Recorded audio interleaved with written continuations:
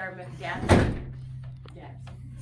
our maps data today. And so we're gonna be looking at, how you guys did for this second administration on the growth, and this is not ready yet. Oh my goodness. I'm coming. There we go. So we're gonna look at the data, we're gonna look at, it's the strengths, the weaknesses, and the areas of opportunity. We'll look at some action plans, and then we'll talk about questions and concerns. All right, so this is just your achievement percentiles. So have you guys looked at these? Okay. So what do y'all notice? What are some trends that you notice? A lot of red. There's a lot of red.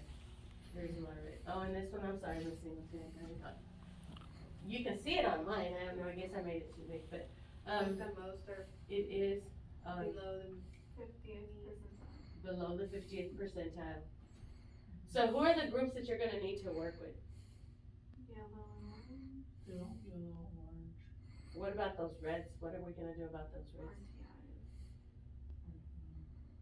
RTIs. Are y'all's aides pulling, oh, y'all have one in, when you have her, is she pulling some of these students? Okay, so when you click on this, you see that it's the 10 students and stuff like that when you're scrolling on them and all of that. Okay, do you know who the students are?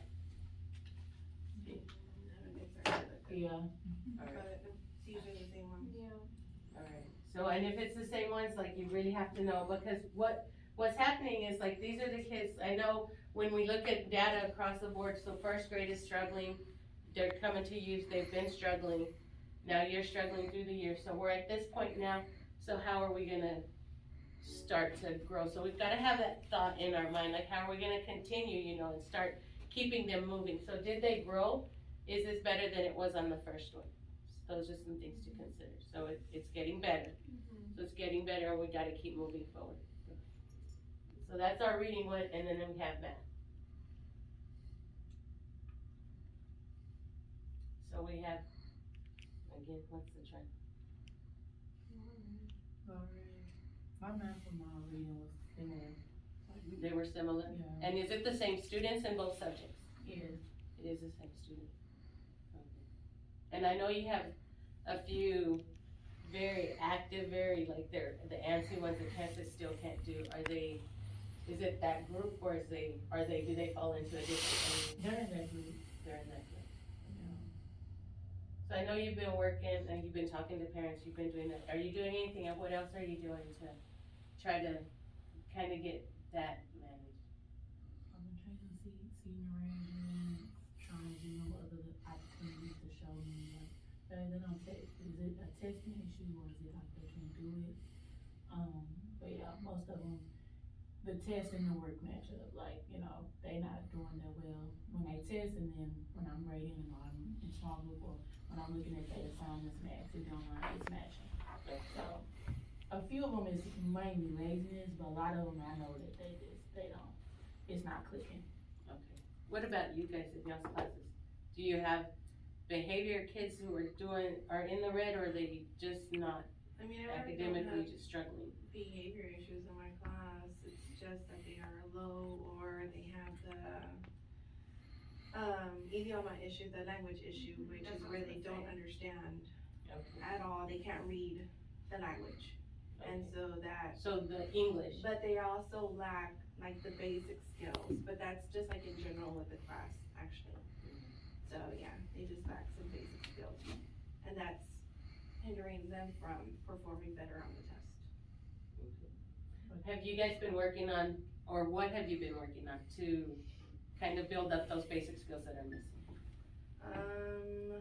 How do you No, I've address it? been going hard with the reading, like, I don't skip it at all. Cause like, they need the foundation. The foundational Cause skills every for time, even on the fluency, I know, y'all probably too similar, they were good with comprehension, but read all with decoding. So that just lets me know, they're not reading. Okay. Like, So the the reading, decoding is. the decoding and the fluency is not there, so that's affecting everything else. So once that gets right, I feel like it's gonna be easier for them to comprehend skill. Cause even when we talk about art discoveries, or like doing poetry, we can talk about it, raise our hands, doing activities, but on paper, it doesn't translate because they can't even read the question or comprehend the question, they're just asking them about something.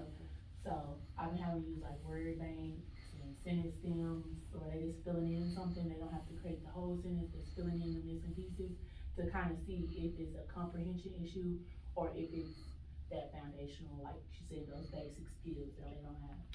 So the basic skills, and then with the language, do you guys have any language stems and things like that, the sentence starters for I them to? record myself reading, like when I have task cards and stuff, I'll record myself reading it and put it in Google Classroom so they can listen to it. Okay. I also send home, like the vocabulary words from the unit, I'll send that home in Spanish, so that the parents can also review that at home with kids, and so they have it as well. For math.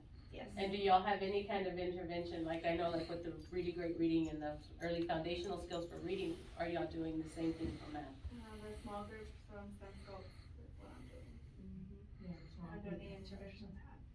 Okay. And then I also do like a lot of, cause my kids are low with even like addition and subtraction fluency, so I use a lot of that as well. That's one of the things that I review and spiral a lot too.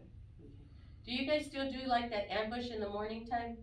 Like that first 30 minutes when they're having breakfast and doing that kind of thing? Do you have them do anything at all in that Yes, time? well, not really during the ambush time, but it's for my bilingual learning centers. I throw stuff in there too as well.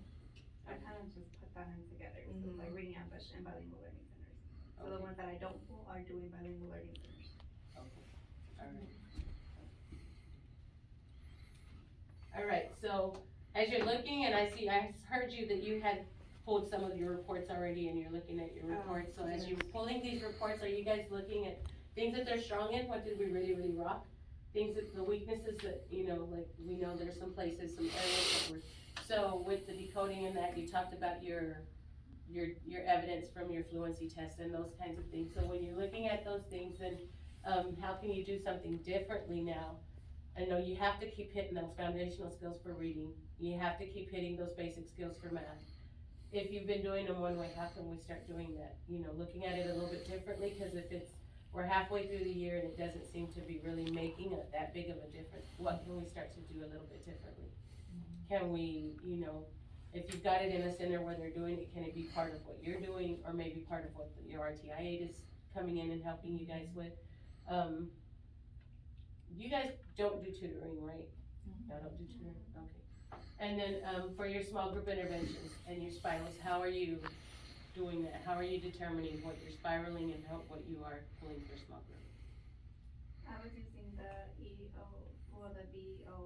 from maps. That's Okay. how, like, based on the skill that we were doing, I would go into that tab, and usually it gives you like a list of what